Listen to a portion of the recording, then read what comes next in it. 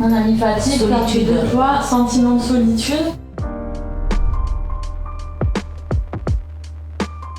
L'association France Alzheimer propose depuis 2009 des formations adaptées aux aidants familiaux qui ont leurs proches à domicile. Et cette année, suite à une demande des aidants, nous avons proposé une formation adaptée aux aidants familiaux qui ont leurs proches en institution.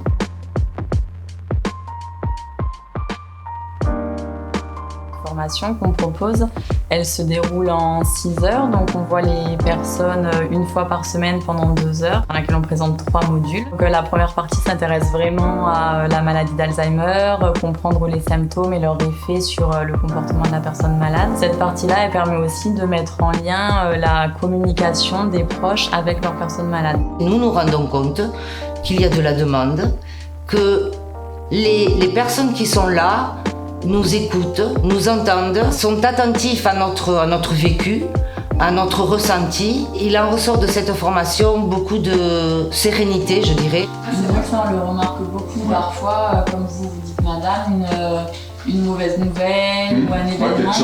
Voilà, nous on va pouvoir le verbaliser, l'exprimer, la personne pourra moins le faire, alors ça va se manifester soit par une grande tristesse, soit par de l'agitation ou l'irritabilité. Comprendre les symptômes permet à l'aidant de savoir comment il peut ensuite se comporter avec la personne malade. En comprenant bien que c'est un trouble du comportement, qu'il a été comme ça au moment où vous êtes passé, mais peut-être qu'une heure plus tard il ira bien, réussir à comprendre et à prendre de la distance par rapport à ce symptôme, peut-être que vous pourriez partir de la visite et être bien. Et hier, justement, avant qu'elle me dise « oui, Jean est parti aux urgences », quelque chose a chagriné, mais elle ne savait plus quoi. Elle a feuilleté son carnet, et là, elle a vu, elle me dit « ah ben oui, mais regarde, c'est Jean. Jean est parti aux urgences cette nuit. » J'adorais écrire, papa aussi. Il écrivait tout le temps. Et les derniers temps, en fait, comme il ne pouvait plus construire de pensée, il recopiait des choses. Il recopiait des articles.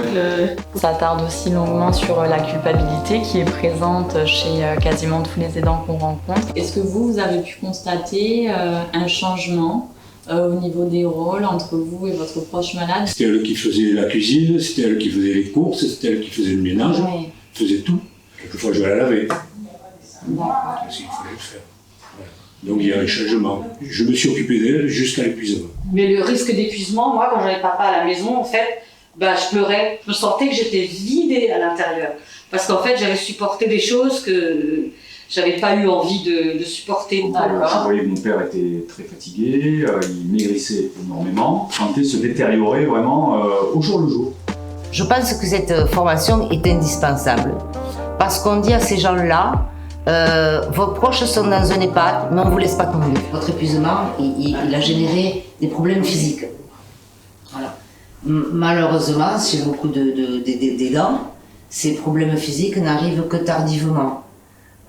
Donc, on n'est pas forcément alerté sur le niveau d'épuisement qu'on a. La 3e fois qu'on se rencontre, nous parlons de vraiment l'entrée en établissement, la vie en établissement et le rôle de l'aidant lorsque son proche est en établissement. Donc comment il va faire pour retrouver une vie sociale, des intérêts. Merci ma mère de m'avoir dit immédiatement, dès que mon père est décédé, Pascal, mets-moi à l'EHPAD, tout de suite.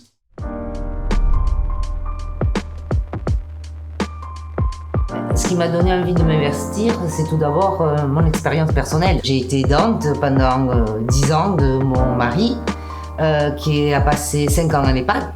Et j'ai fait la première formation que France Alzheimer proposait. Et je me suis dit, moi aussi je veux aider.